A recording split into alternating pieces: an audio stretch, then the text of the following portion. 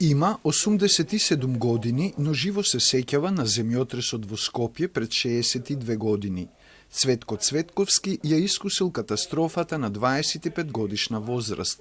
Вели, со семејството живееле во населбата Топана, а вечерта пред земјотресот била тивка и спарна, па со татко му легнале да спијат на терасата од нивната куќа.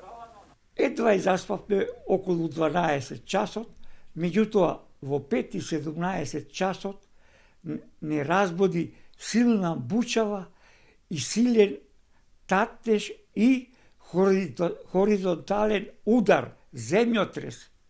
Татко ми, јас помлад, татко ми, синко, станува и земјотрес да бегаме. Од и тераса е секој момент се нишаше како во чамец во вода, во езеро.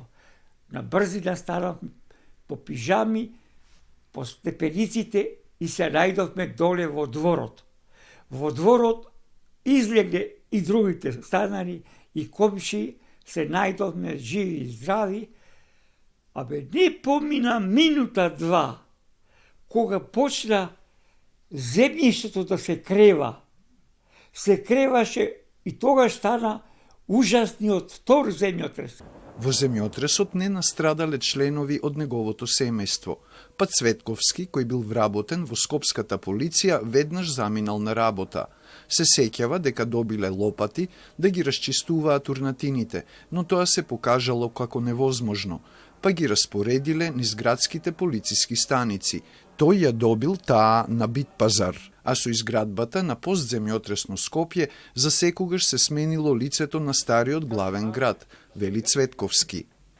Цело Скопје, Вардар, населбите, паркот, све се измени.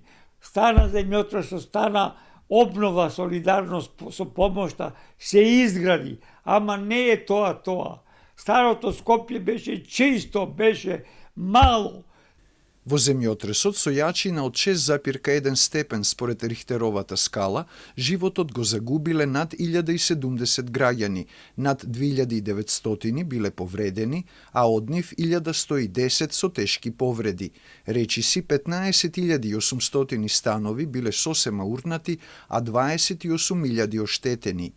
За катастрофалниот земјотрес во Скопје, што се случил на 26. јули 1963 година во 5 часот и 17 минути, денес сведочи за предниот часовник кој се наоѓал на главниот влез на некогашната срушена зграда на железничката станица, денес музеј на град Скопје. По земјотресот Скопје беше издигнато од урнатините и беше изграден модерен град со посредство на меѓународната солидарност, во која беа вклучени 87 земји, но таа слика денес се менува. Под влијание на спрегата политичари и инвеститори, Скопје интензивно се гради. Се градат стамбени, деловни и комерцијални објекти, и тоа не само во овој дел на градот, туку насекаде низ Скопје. Председателот на Асоциацијата на архитекти вели дека основниот проблем денес во Скопје е нехуманиот урбанизам, кој што не остава простор идните генерации да градат. Тој е агресивен, нехуман, несоодветен. Постепено преоѓа во инвеститорски урбанизам. Планираат и проектираат инвеститорите, што е недозволиво.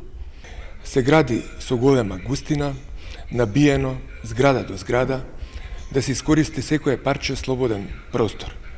Би рекол, веќе не се работи за метар квадратен, поточно кубен, туку за сантиметар квадратен, поточно кубен. Со досега изграденото не се остави слободен простор за градба за следните генерации. Тоа е пред се многу себично. Не треба да се дозволуваат дивоградби. Решението е во повеќе зелени површини, уредување на сообраќајната инфраструктура, а најважно е да не се меша политиката во архитектурата, вели Константиновски. По повод годишнината од Скопскиот земјотрес, во музеот на град Скопје вечерва се отвора изложба со цел возрастните да се потсетат, а младите да се информираат за последиците од стравотното утро пред 62 години и за урбанистичкиот раст на градот до почетокот на новиот милениум.